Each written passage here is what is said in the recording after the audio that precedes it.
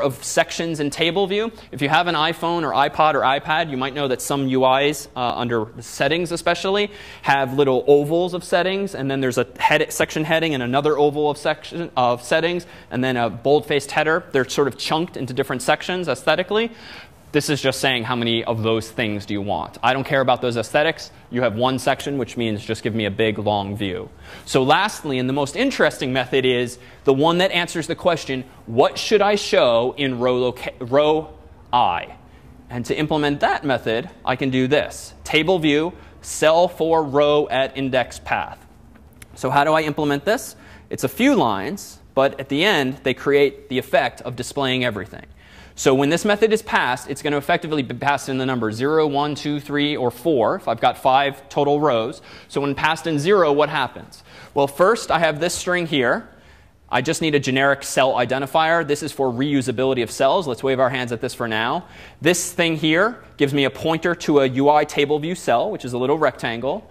This method here, DQ reusable cell with identifier, is this. Think back to your days of data structures, linked lists. Odds are the operating system, or in this case the SDK, has a linked list of available table cells, maybe 10 of them, maybe 100 of them.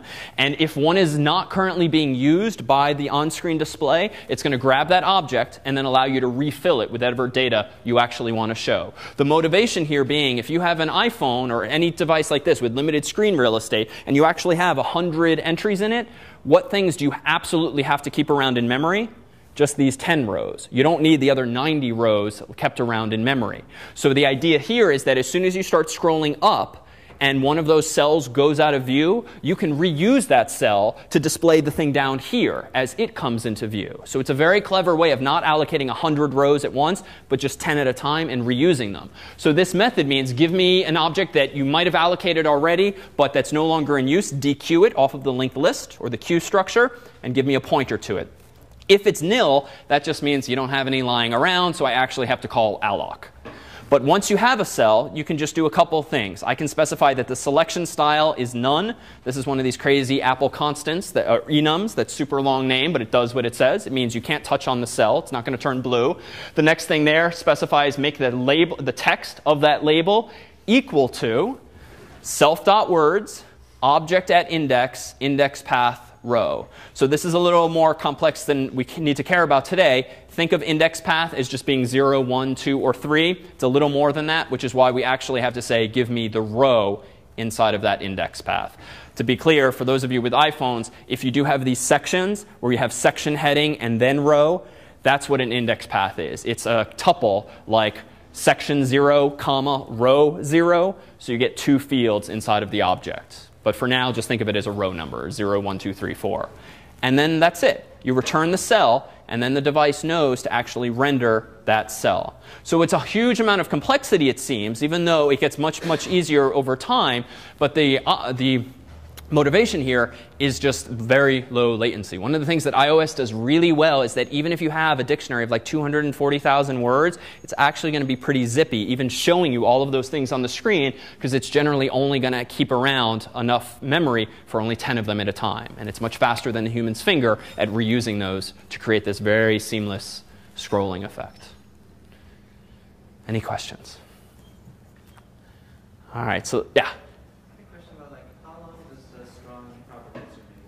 Good question. The strong property will remain so long as the parent object itself is around in memory. So if the view controller is deallocated, which won't happen in most of these examples thus far, then all of its properties will be sent a -1 message. So all of those things will sort of recursively be freed if their reference count goes to 0.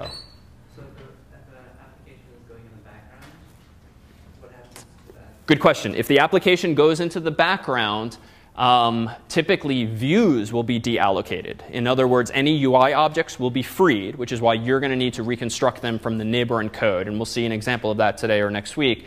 But things like your NS array will not be freed. If you've specified strong, backgrounding an application won't deallocate the object, but it will try to free up things like the views, a movie that's playing, anything that's fluffy and can be reconstructed but from code or a nib file.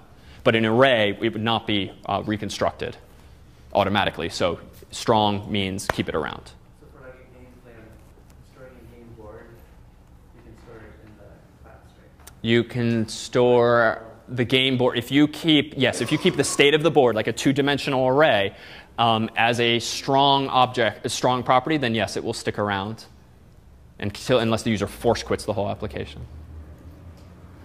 All right, that was a lot. Let's take a 5-minute break. We'll come back and start writing some 2D games.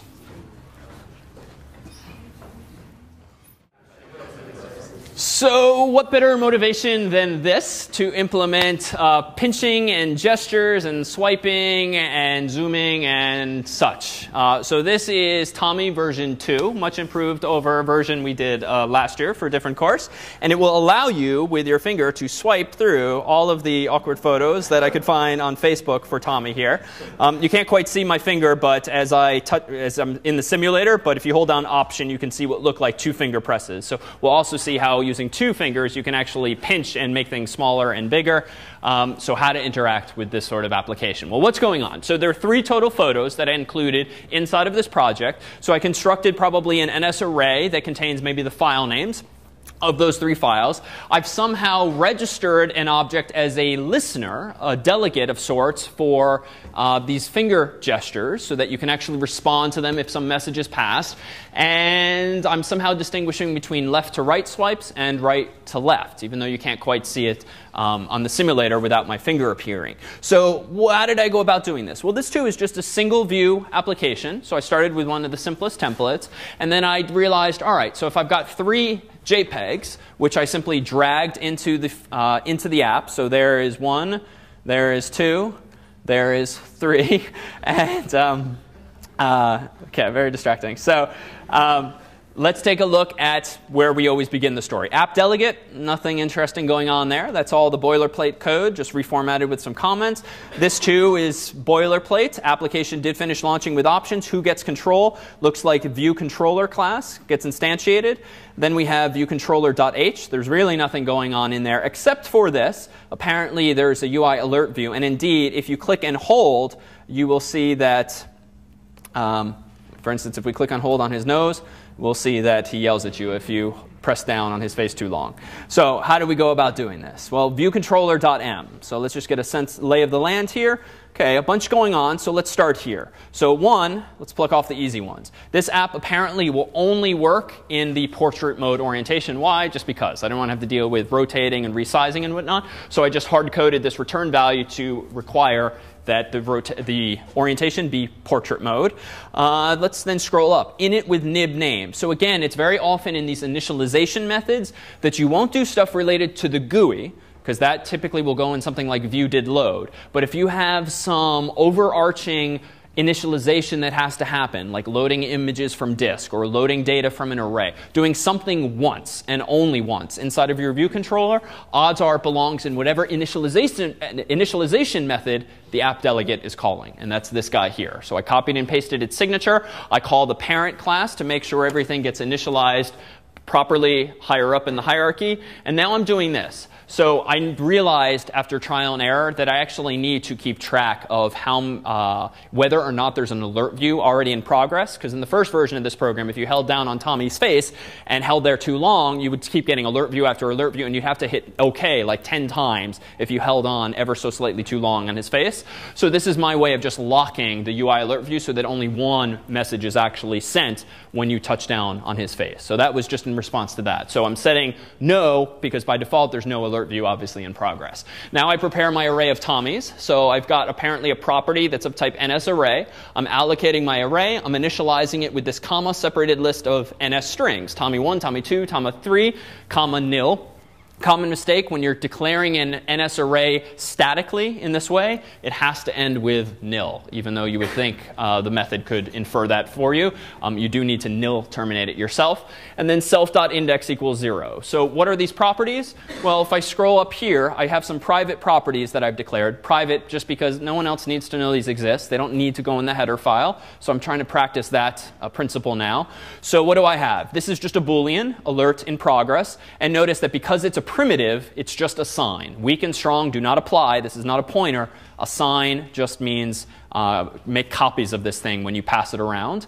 Non-atomic has to do with threading. Read write does what it says. What else do I have? Well, I have this array of Tommies, or rather a pointer to an array. This is strong, just as for my dictionary words before, because I definitely want these Tommies all kept around in memory. Even if the application is backgrounded, I just don't want to have to reload this array again and again and again. And it's reasonably small, so that's reasonable to keep around in memory. Index. Well, I've got an array of 3 things, and as you swipe from left to right or right to left, I just need to keep track of which Tommy am I showing on the screen. So this is going to be a number from 0, 1, or 2 in this case. And then lastly, there's this IB outlet. It is weak, even though it's a pointer, because I'll let the nib worry about keeping this thing around in memory.